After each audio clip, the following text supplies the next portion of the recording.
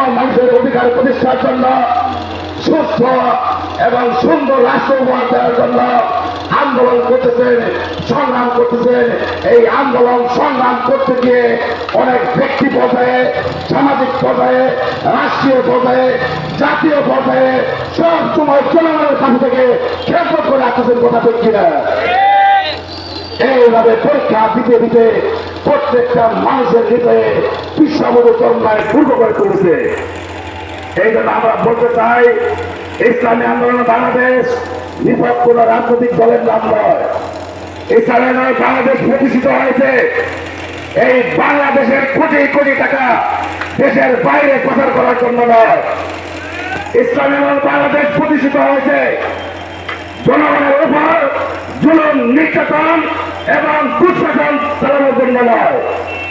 ইসলাম আন্দোলন প্রতিষ্ঠা হয়েছে জনগণের অধিকার প্রতিষ্ঠার জন্য। কথা ঠিক কিনা ভাই? আমার ইসলামী আন্দোলন বাংলাদেশ দেশে বিদেশে যারা ইসলামকে নিয়ে, দেশকে নিয়ে, আমার সমাজকে নিয়ে, রাষ্ট্রকে নিয়ে, এদেশের জনগণকে নিয়ে যারা ষড়যন্ত্র করেছে, সব সময় তাদের নির্যাত উপরে ফেলেছে। কথা ঠিক কিনা ভাই? আমার আমরা বলতে চাই, এখন থেকে 53 বছর পূর্বে 1971 সালে আমরা স্বাধীনতার পক্ষে ছিলাম।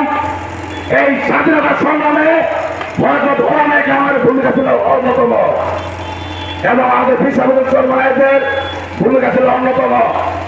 এদেশের খেটে খাওয়া সাধারণ শ্রমিক এবং সকল পর্যায়ের লোকের সাথে একত্রতা ঘোষণা করে বাংলাদেশকে স্বাধীন করার জন্য বিশ্ববধূ চরমায়ের পক্ষ থেকে তারা গুরুত্বপূর্ণ ভূমিকা রাখতে। কথা ঠিক কিনা? আমরা শান্তিকামী, মুক্তিকামী, স্বাধীনতাকামী।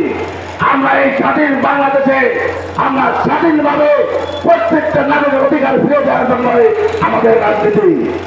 সংগ্রামী উপস্থিতি, এবার আমরা দ্বিতীয়বার স্বাধীনতার পক্ষে ছিলাম। এই 2024 সালের স্বাধীনতার পক্ষে বিশ্ববধূ চরমায় ছিলেন ইসলামী আন্দোলন বাংলাদেশের প্রত্যেকটা নেতা, কর্মী, সদস্য, সমর্থক, রাজপথে ছিল। কথা ঠিক কিনা ভাই? আমার আপনারা জানেন, ঢাকা রাজপথে সর্বপ্রথম কারফিউ ভেঙে গণভবনে প্রবেশ করছে ইসলামী আন্দোলন কর্মীরা এবং হযরত বিশ্ববধূ চরমায়।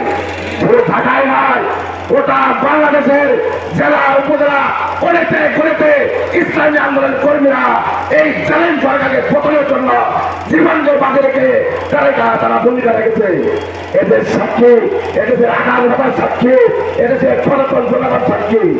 আপনারা জানেন, এই দ্বিতীয় স্বাধীনতায়, এই 24-এর স্বাধীনতায় ছাত্র জনতার গণ আন্দোলনে, ইসলামী আন্দোলনের অনেক নেতা কর্মী স্বাগত গ্রহণ করেছে এবং হাজার হাজার নেতা কর্মী তারা বন্ধুত্ব গ্রহণ করেছে।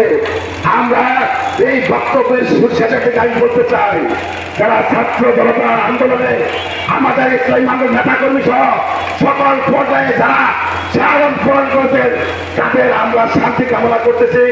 যারা বন্ধুত্ব গ্রহণ করেছেন তাদের সুযোগতা কামনা করতেছি এবং এদেশের মানুষকে, এদেশের সকল শ্রেণীর মানুষকে আমরা যে উদ্দেশ্য নিয়ে এই দ্বিতীয়বার স্বাধীনতা অর্জন করেছি, সেটা যাতে ভুলন্ত না হয়, সেটা আমাকে আপনাকে সচেতন থাকতে হবে। কথা ঠিক কিনা? আপনারা জানেন, এই দেশ বিরোধী এবং স্বৈরাচার বিদায় হলেও স্বৈরাচারের দোসররা ঘাটতি মেরে এই দেশে অবস্থান করতেছে। তারা বিভিন্নভাবে ষড়যন্ত্র করার অপচেষ্টায় লিপ্ত আছে। সুতরাং তাদের সকল ষড়যন্ত্র, সকল উপদেষ্টা বিশ্ববধূ চরমায় এদেশের জনগণের সাথে নিয়ে বঙ্গোপসাগরে বাঁধিয়ে দেবে। কথা ঠিক কিনা?